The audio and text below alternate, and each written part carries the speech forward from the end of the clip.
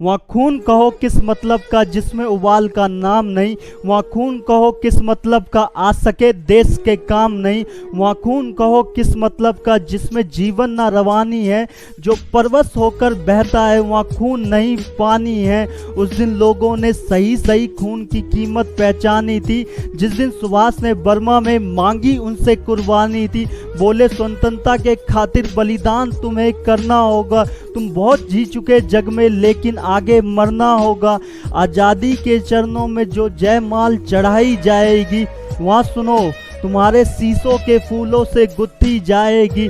आज़ादी का संग्राम कहीं पैसों पर खेला जाता है, या शीश काटने का सौदा नंगे सर झेला जाता है। यूँ कहते कहते वक्ता की आंखों में खून उतर आया, मुख रक्त वन हो दमक उठा दम की उनकी रक्तिम काया।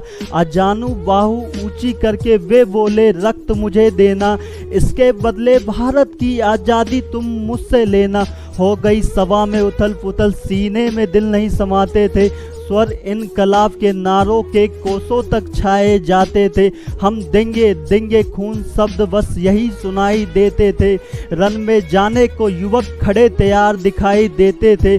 बोले सुभाष इस तरह नहीं बातों से मतलब सरता है, लो यहाँ कागज है कौन यहाँ आकर हस्ताक्षर करता है। इसको भरने वाले जन को स्वर समर्पण करना है, अपना तन मन धन जन जीवन माता को अर्पण करना है। पर यहाँ साधारण पत्र नहीं आज़ादी का परवाना है, इस पर तुमको अपने तन का कुछ उज्जवल रक्त गिराना है। वहाँ आगे आए जिसके तन में खून भारतीय बहता हो, वहाँ आगे आए जो अपने आपको हिंदुस्तानी कहता हो, वहाँ आगे आए जो इस पर खूनी हस्ताक्षर करता हो। मैं कफन बढ़ाता हूँ, वहाँ आए जो इसको हंसकर लेता हो। जनता हुकार उठी, हम आते हैं हम आते हैं, माता के चरणों में लो यहाँ अपना रक्त चढ़ाते हैं। साहस से बड़े युवक उस दिन बढ़ते ही आते थे, चाकू छुरी कटारिया से वे अपना रक्त बहाते थे, फिर इस रक्त की स्याही में वे अपने कलम को डुबाते थे। आज़ादी के परवाने पर वहाँ हस्ताक्षर करते जाते थे। उस दिन तारों ने देखा था हिंदुस्तान विश्वास नया, जब लिखा महारणवीरों ने खून से अपना इतिहास नया। आपको स्वतंत्रता दिवस की हार्दिक शुभकामनाएं। 75वां आज़ादी का अमृत महोत्सव है आज। इस आज़ादी के लिए कई सपूतों ने अपने प्राण को त्याग दिया था। 11 साल की उम्र में खुदीराम बोस फांसी पे चढ़ गए थे। सुखदेव हो, राजगुरु हो या भगत सिंह हो, ये सब देश के लिए अपने प्राण को त्याग दिया था। चंद्रशेखर आज़ाद ने भी अपने प्राण को त्याग दिया था। लेकिन वर्ल्ड के अंदर देखा जाए तो हम बहुत देशों से आज भी काफ़ी पीछे हैं। आज हम अमेरिका हो, ब्रिटेन हो, फ्रांस के समीप हम अपने आप को खड़ा नहीं कर पाते, क्योंकि इसका एक ही कारण है, वो है हिंदुस्तान के अंदर शिक्षा का अभाव। आज भी हमारी एजुकेशन पॉलिसी की बात करें उतनी बेहतर नहीं है। भले ही देखा जाए केंद्र सरकार द्वारा नई न्यू एजुकेशन पॉलिसी लाई गई, लेकिन अभी भी क्या है कि शिक्षा के क्षेत्र में बहुत ज़्यादा सुधार करने की ज़रूरत है। चाहे दिल्ली का एजुकेशन मॉडल देखा जाए, दिल्ली के अंदर भी अगर एजुकेशन मॉडल की बात करें तो वो बहुत ही बेहतर बनाया है माननीय अरविंद केजरीवाल जी ने। लेकिन कहीं ना कहीं आप बिल्डिंग को बेहतर तो बना सकते हो, लेकिन अंदर बिल्डिंग के अंदर जो शिक्षक पढ़ाते हैं वो आज भी ईमानदारी से काम नहीं करना चाहते हैं। वो शिक्षक आज भी देखा जाए तो हिंदुस्तान के बच्चों का भविष्य कहीं ना कहीं अंधकार में डूबा हुआ है। आज भी देखा जाए तो बच्चों को 6ठी से लेकर 8वीं तक पास कर दिया जाता है।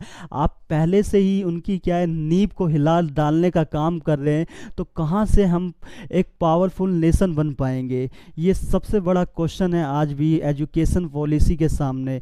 आप लगातार बच्चों को पास तो कर देते हैं, लेकिन उनकी क्या काबिलियत है उस हिसाब से तो पास किया नहीं जाता। तो सबसे पहले हमें शिक्षा को सुधारना होगा। और वही बात है ना कि हिंदुस्तान की हर गलियों में आपको हनुमान मिल जाएगा, लेकिन ज़रूरत है जामवंत की। अगर आज भी हम चाहते हैं, हम अपने आप को अमेरिका के करीब देखना चाहते, जापान के करीब देखना चाहते, तो सबसे पहले हमें क्या है कि एजुकेशन पॉलिसी को सुधारना पड़ेगा। जो एजुकेशन पॉलिसी पॉलिसी की बात करें, जो देखा जाए सरकारी शिक्षक है वो आज भी ईमानदारी से काम करना नहीं चाहते। अगर वो लोग काम करना चालू कर दे तो शायद हिंदुस्तान की एजुकेशन पॉलिसी में बेहतर तरीके से सुधार आ जाएगा। सभी सरकारों ने, चाहे केजरीवाल हो चाहे मोदी जी हो, उन्होंने बेहतर काम किया है, लेकिन वो ऊपर से ही तो देख सकते हैं, नीचे तो क्या ग्राउंड लेवल पे शिक्षकों को ही तो काम करना पड़ेगा। लेकिन देखा जाए सरकारी स्कूल के शिक्षक अपने काम को बेहतर तरीके से करना ही नहीं चाहते होते हैं, क्योंकि उनको पता है कि समय के हिसाब से उन्हें सैलरी मिल जाती है, लेकिन वो आज भी अपने क्या है कि अपने आप को वो आज भी ईमानदारी नहीं दिखाते हैं। ये गलत बात है। अगर हमें क्या है कि अपने देश को आगे बढ़ाना है, हमें सबसे पहले क्या है कि जाति से ऊपर उठ के सोचना पड़ेगा। तू हिंदू, तू मुस्लिम, तू सिख, ईसाई, ये नहीं है। हम सब क्या है भारतीय है। हमें इस हिसाब से सोचना पड़ेगा, तभी हम एक पावरफुल नेशन बना सकते हैं, तभी हम अपने देश को अमेरिका के समीप रख सकते हैं, तभी हम अपने देश को जापान के समीप रख पाएंगे। नहीं तो क्या होगा, अभी भी हम बहुत पीछे हैं इन देशों के मुकाबले। हमें बहुत काम करने की ज़रूरत है। सबसे पहले शिक्षा के जगत में क्रांति लाने की ज़रूरत है। जब तक शिक्षा के क्षेत्र में क्रांति नहीं आएगी तब तक हम अपने देश को आगे नहीं बढ़ा सकते। क्योंकि इन देशों की बात करें, अमेरिका में तो इनका जो एजुकेशन रेशियो की बात करें वहाँ पे, तो वो काफ़ी अच्छा है हिंदुस्तान के मुकाबले। तो इसलिए हमें क्या है, सबसे पहले क्या है कि एजुकेशन पॉलिसी को बेहतर से बेहतर करना पड़ेगा, और शिक्षक जो हैं उन्हें ईमानदारी दिखानी पड़ेगी। जब तक शिक्षक ईमानदारी नहीं दिखाएंगे तब तक बच्चों का भविष्य कभी उज्जवल नहीं हो सकता। तो शिक्षकों को अपनी ईमानदारी के साथ बच्चों को पढ़ाना चाहिए। मुफ्त में जो पैसा ले लेते हैं वो गलत बात है। आपको पैसा बच्चों को पढ़ाने के लिए मिलता है, ठीक है, तभी हम क्या है पावरफुल नेशन बन सकते हैं, नहीं तो ऐसे नहीं बन सकते। जय हिंद।